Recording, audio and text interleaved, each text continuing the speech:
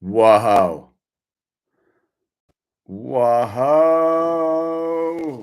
Whoa. Whoa. It's the illusion reporting from somewhere on Spaceship Earth for Sober Wednesday. Is it Wednesday? May 7th. Is it Wednesday? I'm pretty sure it's Wednesday. Hold on. Did I jump the shark? No, it's Wednesday. I'm on point. Yeah, it's Wednesday. All right. What's going on, Antonio? All right. We're here for Sober Wednesday. Bethel. What's going on, Bethel, Dan Z, Antonio?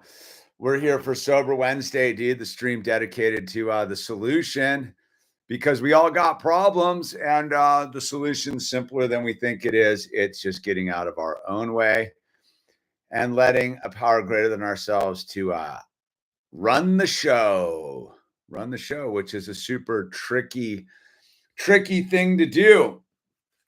So with that said, I'm going to open it up with the serenity prayer. God, grant me the serenity to accept the things I cannot change, the courage to change the things I can, and the wisdom to know the difference. Amen. Oh boy. Sober Wednesday made it, man.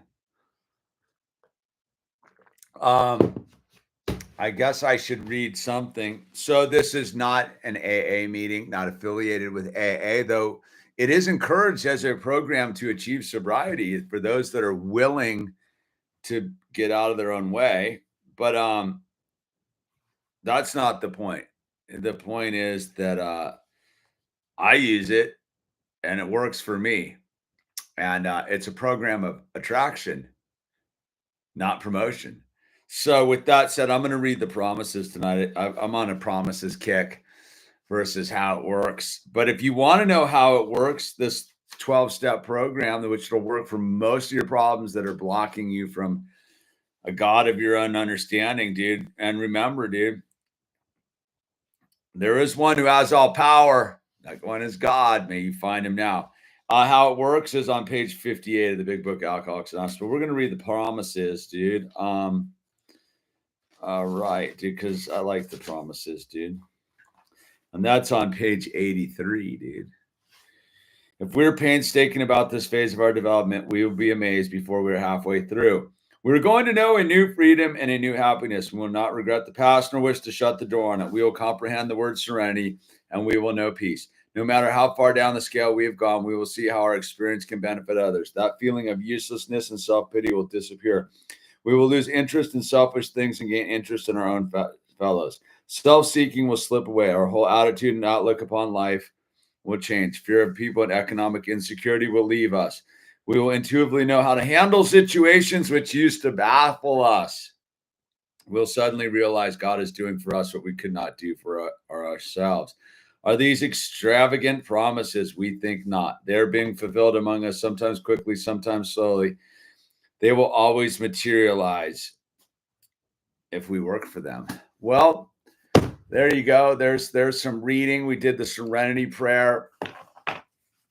Oh man, it has been some punk rock sobriety since I checked in with you 2 weeks ago. Boy, oh boy, some of you know what's going on, but the sober people might not, who are here for the sober stream. So sobriety, man, sobriety gives you the ability to show up for things you didn't know you knew how to show up for. And because like the premise of sobriety is it's just one day at a time, the next indicated action. You know, the bumper stickers are one day at a time, do the next indicated action. You know, how do you eat an elephant? One bite at a time, right? So I think when we last checked in 2 weeks ago, I had just gotten back from driving my dad down to see his oncologist, and the oncologist was like, you don't need to continue the medication anymore. It's time to get ready and get your hospice prepared and get yourself in order and just, relax, chill, don't hang out with lame people. And that was 2 weeks ago. And then last Wednesday, a week ago, I was the second to last night before I watched him take his last breath. And I did. I watched him take his last breath. And at home with me, his wife, my mom, my wife, Owl's mom, and Owl. The five of us did it together, dude.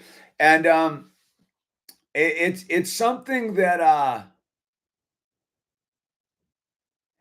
it's something that once again, you really, in the beginning, you don't know why you're signing up to get sober, except that your previous reality kind of sucked, right? And when you and really all you want to do is get out of that situation or that way of life, right? Like at the end, I was Hiroshima, Nagasaki. I was drunk. I was 40 years old. My life seemed over. I'd missed the boat. Poor me.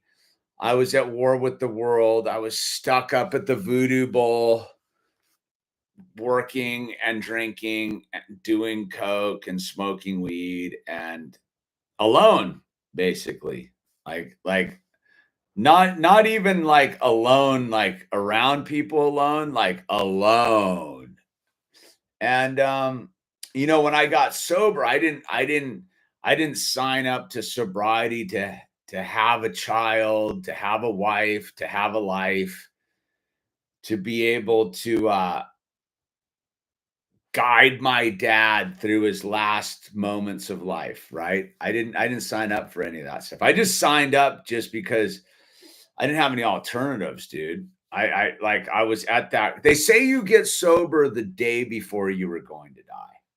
Like that's always struck me as like a profound truth in my own personal experience is that I didn't see anything in the future for me. You know, when you kind of like have a vision of what the next day may look like or the next part of your life may look like. I had a blank black spot. I didn't have anything going on, dude. And so I firmly believe that I got sober the day before I was going to die. And I could see it leading up to that. Like I was pretty out of control. It was a lot of madness. It was tilting into a really dark direction. And so I got sober, but I didn't get sober with any conditions. I did not get sober to be happy. I did not get sober to be content. I got sober because God intervened and helped me when I asked for help. All I did was ask for help. 3 nights before I got the David and Joe showed up in front of the liquor store on the PCH. 3 nights before I just asked God for help. I didn't ask God for get me out of a pickle. I didn't ask God to remove my problems. I didn't ask God to do something. I just simply asked God for help in the most sincere, broken way. I just begged God for help. And 3 days later, 2 of God's messengers showed up as members of Alcoholics Anonymous, David and Joe, and they took me into their life and they told me they were willing to do anything for me if I was willing to do anything to get sober. And the journey began. And so like I look at I guess I want to talk about like God working in my life. And just to make it clear, if you're not there yet with it doesn't need to be some like attachment to some sort of other thing. It can really just be a loose understanding of all of this. Love, maybe forgiveness, whatever it is for you. But I do know if you're trying to get sober and you're new to all this, that the scary thing might be God. And so we're not talking about you don't need to join anything. Yeah, we're just talking. That's all it is. It's not a requirement to get sober. It becomes a necessity later on in the journey of sobriety. But you do not need to believe in God to get here. Just with that preamble said, because I don't want to turn anyone away, just because I'm going to get into a talk about God doing for me what I could not do, because I've gotten to watch the mastery of God's plan before me, not because I had any. Again, and this is about like seeing the real mastery of God in my dad's death. Like, and I don't necessarily know that that's my dad's other side of it. His spiritual condition was his own, and he was pretty private about it, dude. But for me, so take this back, like, I don't know, like a year and a half ago, my dad called me up and was like, "Hey, I need to borrow some money, man." And I'm like, "All right, dude." Like, and I remember it was an uncomfortable phone call, and I called my dad up, and I was like, "You know what, Dad?" I just want you to know, man, it's probably like the hardest phone call you've ever had to make, is like on a certain level, is you called me up to ask me for money. And part of my like story of being a drug addict, alcoholic asshole was, I burned through a lot of my parents' financial resources by being a douchebag. And I made amends to my dad early on. I remember going and seeing him, like, after I didn't make amends to my parents early on. I got sober first. That need to go like solve that riddle isn't something I would advise to do until you're in the rhythm of sobriety, because it's our parents. And remember, dude, when we make amends, it's not when, it's where. It's super important. If you read the amends step, it says we made amends when wherever. Here, let's just get to that really quick. So we made direct amends to such people wherever possible, not whenever possible. See, whenever is us, where is God orchestrating the thing, right? It's super important you understand that. Like, when is us an ego? Like, I have to do this now. God is where, because God's orchestrating all of this. And so when I made amends to my dad, dude, about, a lot of stuff, dude. My dad was always getting me out of like pickles, and, I never finished up college, and all sorts of stuff, dude. And so I went and made amends to him. He was like, "Yeah, it's all good, dude. I did a lot of stuff too, man, and it's all good." But it was very one of those, like, it wasn't like a deep thing. When you're making amends, you kind of want to have it to be a little deeper. It wasn't that deep. It was pretty. We were out riding horses, and he's like, "Yeah, don't worry about it. It's all good, man. I'm just stoked you're sober, dude. Like, all good, dude." And so move the ball forward 15 years, right? When he called, I remember I got off the phone with him, and I called him back, and I was like, "Hey, I just want you to know that, like, I get how gnarly that phone call must be, dude." And I go, "You know what, man? I'm super stoked to be able to like help you out. Like really, for real, like, to be able to help you out. And I just want you to know is like it's all like, it was just one of those moments that you go in on, right?" And so it wasn't too long. Like, it was like a month later, he called me up, and he's like, just got back from the doctor, and, I got this kidney cancer, and, the time, and I go, "Oh, the timer's set." He's like, "Yeah, the timer's set." And That was like a year and a half ago. And so it was interesting. We started working on this AI project because he's like a tech guy, dude. He's like an MIT grad. He's super like brainiac, which always was a tricky dynamic for me as a kid. Was my dad was intensely like smart, which I always felt inferior on a certain level, which my own manifestation of it all, dude. But my dad was known as to my friends as the silhouette, dude. He was sort of an enigma, dude. He was very in his like, so but me and my dad always went out backpacking and nature, and he took me to the beach and all that kind of stuff, dude. My dad was like hugely like part of my thing, but not, but more in a mental way, if that makes any sense, dude. But like he showed me nature, dude. I always talk about my dad gave me nature. So anyway, we moved the ball before we got all involved in this project where like we would be on the Zoom in every morning for like, 20 minutes, an hour working on this project. And then it sort of petered out. Just got like confusing. And then there was a window, some old dynamics came back in, and then it got it dropped off. And then I don't know, like the fires happened down in LA, and he called me up and he's like, the people we're renting from are kicking us out so they can sell the place, because it was like the market was crazy down there. And I'm like, all right. And he's like, well, I want to move up to where you are.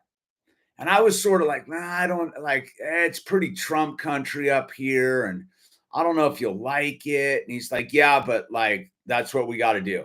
And I was sort of like tripped out about it a little bit, dude, because, it's your parents, dude. There's a lot of dynamics going on there. And they got up here, and then like 2 months later, dude, like it's game over. I got here like 2 months ago.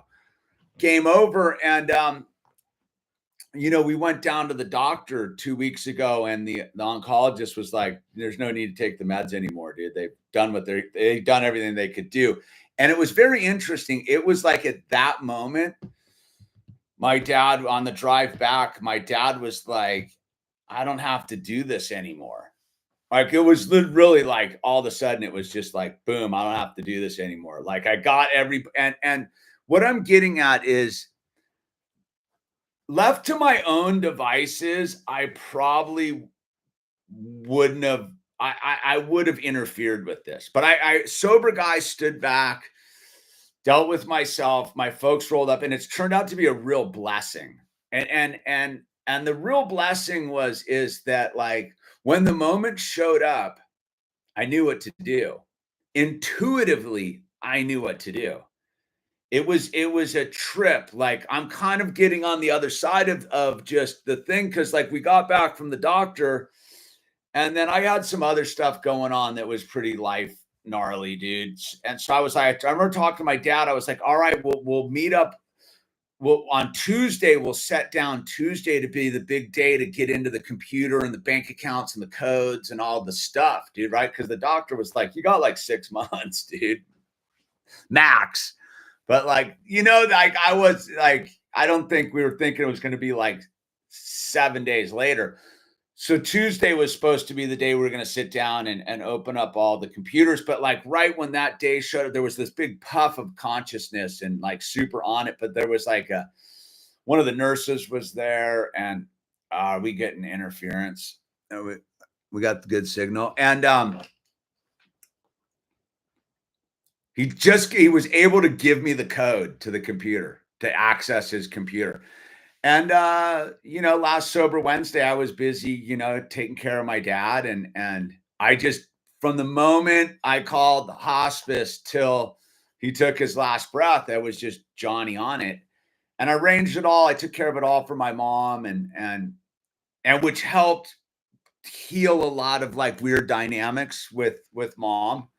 Because I just showed up, dude. I showed up like a sober dude and handled business, dude. It was pretty punk rock, dude. I have to say, like pretty punk rock DI, but I didn't I guess what I'm saying is like at no point from 2 weeks ago Wednesday till this moment did I not intuitively know what to do. And the reason it was like I've been talking about a lot on my other channel or the other videos lately is it's just this disconnect with God. It was like boom, it was like God, it's that license. Remember, I talked about the license plate. The minute I saw the license plate, I knew God had me, dude. It went back to early sobriety because when I was early sober, dude, I was super in contact with God. Like I was after about 9 months of just getting through like the thing, like I got into the like sober zone of conscious contact with God and super like alignment with letting God run the show, right? And so when I saw that license plate after my dad's meeting with my dad's doctor, I knew it was going to be okay. And I knew God was moving things around for me. So at that moment, when I saw what was going on, I was like, God's got this, dude. And it I intuitively just went into this thing. And I remember this just moment of like super gnarly clarity. Like it was the last night, I was like 1 o'clock in the morning and I was like tuned in, dude. Like I was super tuned in and I knew it was about to happen. Cause up to that point, I would every 3 hours, I would come in and check on him and just make sure he was comfortable. And, and pretty much he just slept from like that month. Like he just like like I had that crazy conversation with the doctor with them and we had a big laugh for a moment, like on Monday, but then he just slept, right? Didn't know there's no water. It was game over, man. And I remember so I would check on him like every 3 hours. And Owl and I told Owl, I go, Owl, like we need to go over on the 10 o'clock check-in, dude. I was like, Owl, we need to load up, go because Owl has been coming with me to AA meetings since he was a baby, dude. Like that dude's like knows that dude's super in tune. Like Owl's a gnarly spiritual being, dude. I'm lucky to be his caretaker. And because he teaches me a lot. So I took Owl over there at 10 o'clock and I remember we had this moment and it was just like this moment of 15 years of sobriety showed up where I'm sitting there with my little dude, my little 9-year-old, and I'm sitting there with my 80-year-old dad. And it's been pretty status quo for like 3 days. And I go, Owl, I go, we need to pray and we need to like say our final words, dude. And me and my son sat there and we prayed for my dad. We thanked him. We told him it was okay, that we had it covered. And my dad's like final vibe, the last real conversation I had with you, I just want to make sure you and your mom are cool and that mom's taken care of, dude. And I got mom, dude. Don't even trip, dude. But you have to understand, prior to that, it was a little prickly. It goes, God intervenes, dude. So I'm running this whole show, like this whole hospice scene, my dad's final thing. I got it covered. I'm letting my mom's let her just chill, dude. And I run the whole show. I got beds coming and nurses coming. I got things going on, dude. I'm showing up every 3 hours so she doesn't have to worry about it at night. And I'm taking care of it. And this whole thing. And so I'm talking to dad. I'm giving him a pat on the head. And I'm like, like I got mom, dad. Like, don't worry about it. I got mom. Cause they've been married 58 years, dude. Like 58 years they had been married. Like, so I was like, Dad, I got her, dude. You can go home, man. Like, it's all good, dude. Like, it's all good, Dad. Like, you're allowed to go, man. And so Al and I sat there and both of us had this conversation with my dad, but it was like this super crystal clear moment of total surrender to the beauty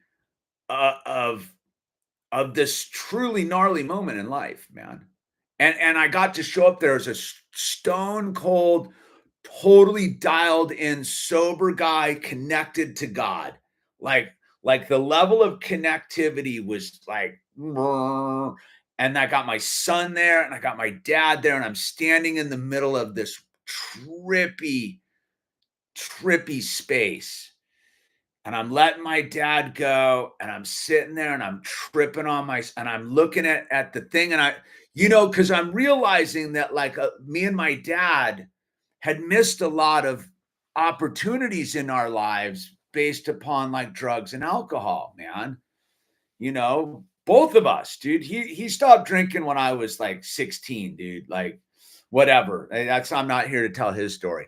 But but we'd had a lot of like journeys as crazy psychedelic warriors and overthinkers and gnarly. So like we'd missed a bunch of space in our lives, right? And I remember sitting at this space knowing it was like the end of like this journey with my dad.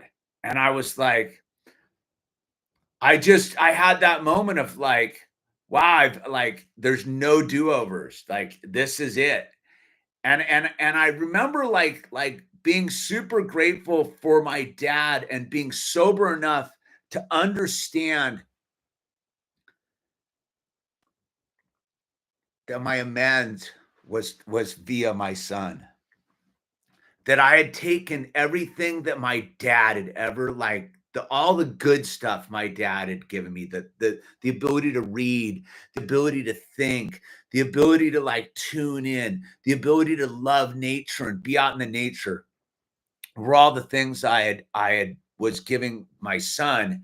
And at the same time, all the stuff we missed because of what it is that we deal with here in sobriety, I wasn't doing with my son. I was making this trippy amends for both of us. I was very aware of this moment, and I'm looking at my son and I'm like, this dude has never seen me. I've been with him my whole life, dude. I've gone surfing and a couple things, but I've been rolling with my boy my whole life. And I go, and I had this crazy conversation the next morning with Al or something, or like 2 days later about that. I was like, look, it was just this very gnarly moment. So we had this moment, and it was so like potent. And it was only because I was super not about, it wasn't about me. Like, I guess that's what I would say about like the beautiful thing about sober. It was about being of service to my dad and being of service to my son and being of service to my mom and being of service to my wife. Because my wife and my dad were close.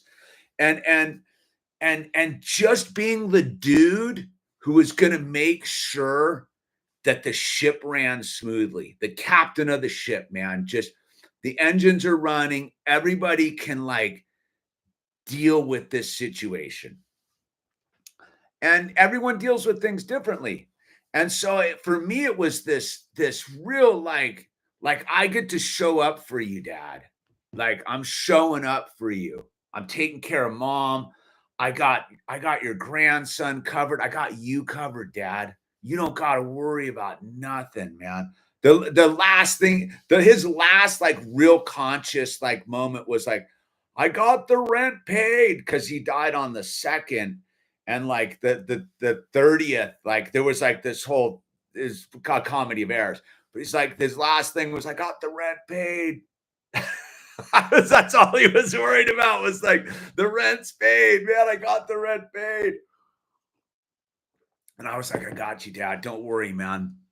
And I let him go. And so that was this potent moment I had at 10 o'clock, 10:30 at night with Al. I was super like, I didn't know, but I knew. I knew, like, I go, this is the last conversation we're going to have with G-Paw. We called him G-Paw.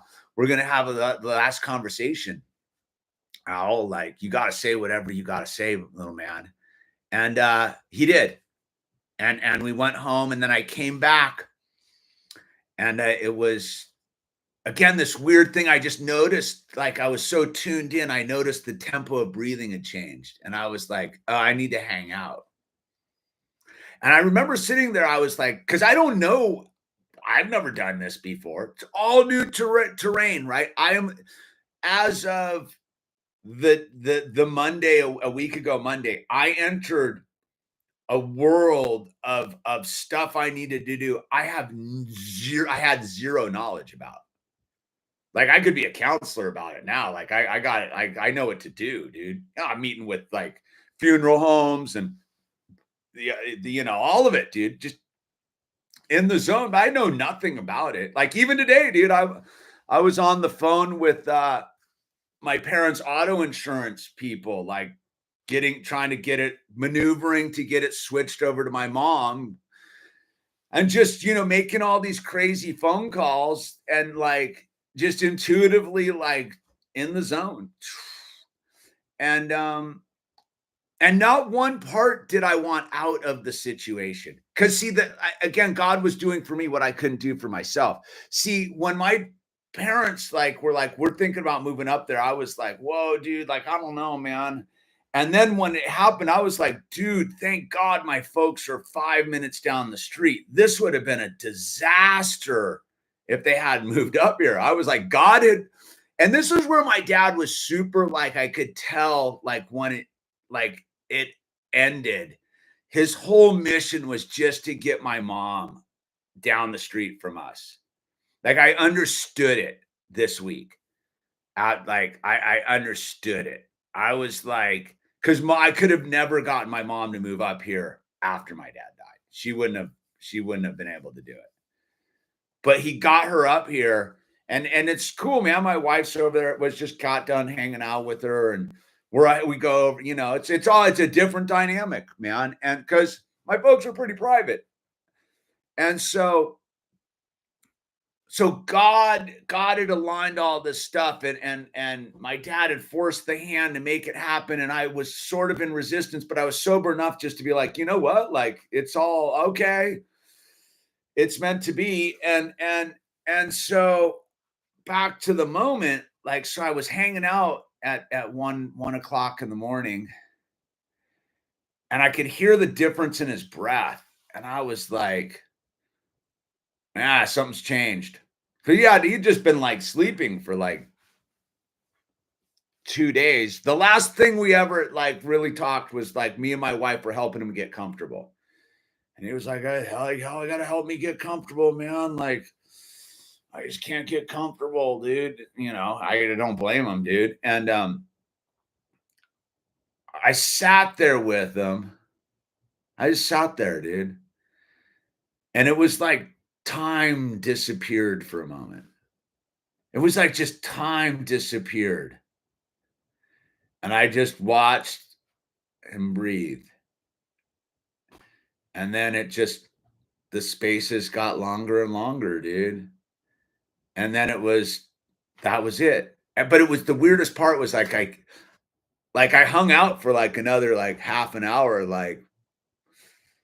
I felt the pulse, but my pulse was racing, dude. I remember feeling his pulse and feeling my own pulse like bouncing, and I was like, but I was as calm as I've ever been in my life. If you had told me as a dude newly getting sober, hey, dude who's getting sober, one day you're going to sit by your dad's bedside as he takes his last breath, and you're going to be the calmest you've ever been in your life, and you're going to be more present and more understanding than you've ever thought you could be. I'd be like, what are you talking about? I couldn't handle it. Dude, it was like this moment of like grace. I can't explain it like that, except it was this moment of grace where I just got to just be there and not be tripping. But I could tell when I was feeling the pulse that like my body was in like this intense mode, but I was as calm as could be. Like, and I remember I hung out. I was like, okay, dude, I felt his feet. I go, he's deceased, bro. Like, he hasn't, but it was still like a weird thing. Like, you're like, I don't know, dude. I'm like, I don't know. And then I got in the car like half an hour later, and I'm like, well, No point calling anyone now. And I got in the car and I started up and I was like, I gotta go back and check. I went back in, I checked, stood there for like another 10 minutes. I'm like, okay, dude, he's at home. And I came back and dealt again, like jumped back right back in the game and had the dudes come and the Undertaker come and pick him up and cleaned up the house and just dealt with stuff. And then that was Friday. And then I was like, look, man, mom, I'm like, I'll be over Monday to start dealing with all the bills and figure out all the bills and figure it all out, man. And I remember my mom sitting there being like, am I gonna have to like move? I go, no, you're not have to move, mom. I got you, dude. Just like it's totally cool. And it's weird, like I've seen like the thing because I showed up super bomber. Like, my mom is, like, super, like, relaxed, even though that's like, she's like, "Okay, you got this. Like, I saw you, you handled the thing. Like, alright, so you got this?" Like, "I got this, mom. Like, I got this." And I'm operating strictly on intuitive. Like, I have no idea what I'm doing. I'm just doing the next indicated action. I'm in the thing. I'm figuring it all out, and, I've never actually felt this sober, like, if that makes any sense. It's because I'm not a because there is one who has all power, that one is God, may you find him now. I'm not all tripped out, like, I am tripped out, like, I've known my dad my whole life, man, like, it's weird, and then I'm super grateful to him. If I can explain that is like I have this gratitude that he put that trust into me, like to safeguard him from the hospitals. Like that was his. Like, I just don't want to go to the hospital, man. Like whatever. Like I don't want to go to the hospital. And I'm like, I got you. I got you, dude. You're not going to the hospital. You're not going anywhere, man. You get to lay in your bed and pass. And yeah, I don't think I've really like had a moment to like truly like sit back because I got to take care of like business. But I think that like if I look at it like a lot of the gratitude I have for my dad is like he picked this. I remember talking to him like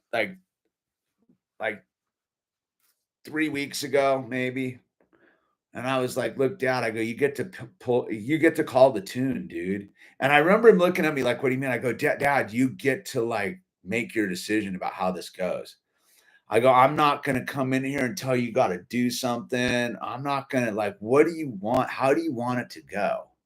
And I remember having this trippy conversation because my dad's been pretty like not wanting to deal with it kind of guy.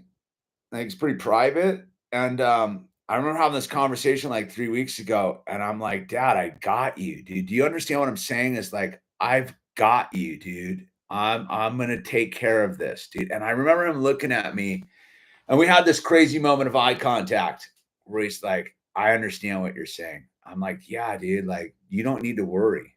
Like, you don't need to worry. Like it's all good. And I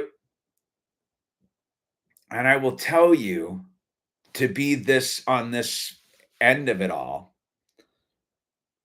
like I was able to keep my word. Like to me, like that's like the gnarliest part of like the ultimate sober thing is I was able to keep my word to my dad. And I haven't always been able to keep my word to my dad. You know what I mean? Like I blew a lot of moments with my dad in the midst of my alcoholism and drug addiction and my roaring 20s, dude. I blew a lot of moments, dude. I burned my dad a bunch of times, dude, in our life, dude. And when it counted most, I was able to, like, without a selfishness about it, be able to, like, keep my word. Like, there was no second thoughts. It wasn't like, oh, this is like, it was like in the zone, dude. And there was another crazy incident in the middle of it all. Like one of our one client went rogue. I had to go, like, drive down to deal with sheriffs and cops, and in the middle of it all, dude, like life was going on full tilt too. And then I will say is like I remember waking up the next morning. I woke my wife up, then I go, yeah, he passed. She's like, all right. And I got up the next morning and I was like, all right, Owl, like, do you want to go see your grandfather? It's the last time you'll ever be able to look at him. Like, you want to go see him, man? I mean, he's passed. And I was like, yeah, I want to go see him. I want to go see him. And then so like, and like that's the weird trust in it all. Like I was like, I went and like checked out his grandfather who had passed and was super like solid, man. And again, the gift of sobriety, right? Why is my son so solid? Is, oh, I guess, I'm a lunatic, but I like, because I'm sober, dude. So I guess what I'm saying is the gifts of sobriety show up at these moments of life when it's something you didn't even know. Like, it showed up like the fires when our whole house and community burned down and my wife left and all that was going on in 2018. Like, sobriety just boom, like, super tuned in.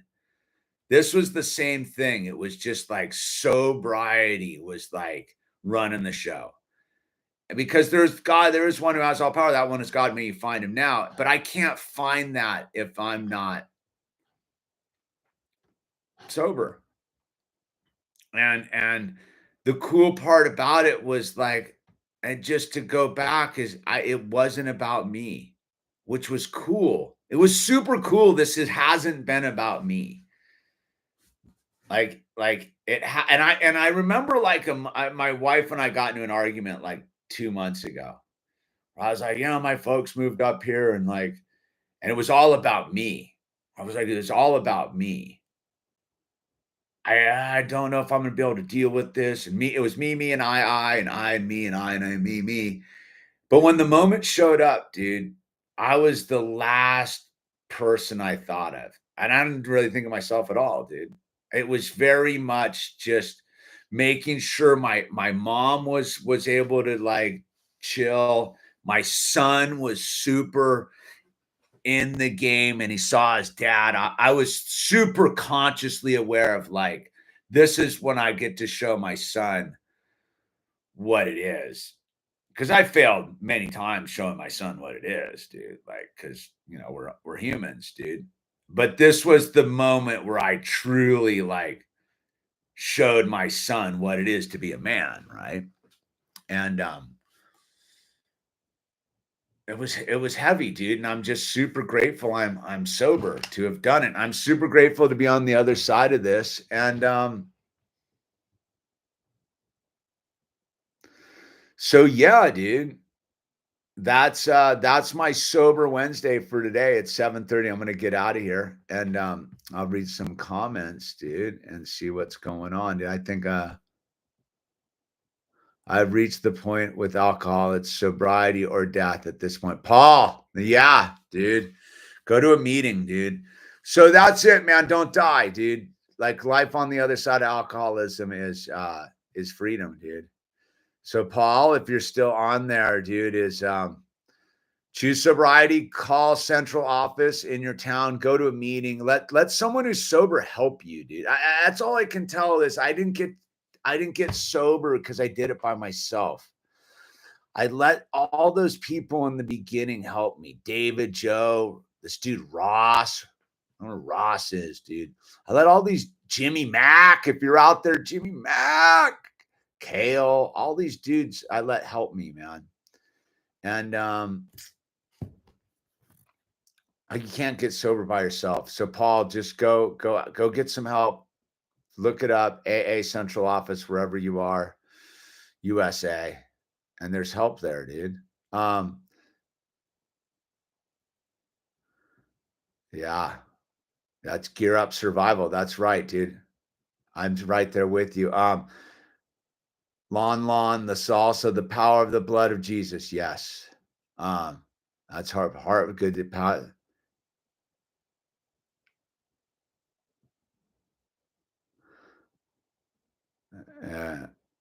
Yeah. Let's see, dude. Orangutan, good to see you, dude. True story, dude. The moment ends. Your mom's not alone. No, man. We're fully we're bundling her, dude. We got my mom, dude. Never felt more sober. Almost makes you want to have a drink to celebrate. Yeah, I know what you mean, dude. Like, I achieved this clarity of sobriety. Let's have a drink. Swampa 13, dude. Jordan Ransom, my men's group is picking me. Good for you, dude. Nationals, thank you, Orangutan. National Suicide Prevention Line, 1-800-273-TALKE, 1-800-273-8255. Dude, we can get through anything. Don't kill yourself, dude. Please, dude. It's not worth it, man. We need you, dude. And we need all of you, dude. Everyone's got superpowers once they get out of their own way, dude. Sorry I missed the meetup in the similar zone. Came back to Florida to caretake my 92-year-old young mom. Got sober February 2024. Had a lot of help. That's right. The moment ends. A lot of help, dude. A lot of help, man. Can't do it alone, dude. And that's what I will say on the final word. Like, the reason that this worked so smoothly is because I called help, and the hospice people showed up, and they were fantastic, man. They were all like people that were dedicated to this. It's like sobriety, dude. You got to call people that are dedicated to helping people get sober. You can't call the hospice people to get sober, and you can't call the sober people to do the hospice work, dude. We have to call the right people, dude. But if you're suicidal, dude, call anyone and just ask for help, dude. I mean, that's the one thing I think. Just go talk to the cashier, dude. Anyone, dude.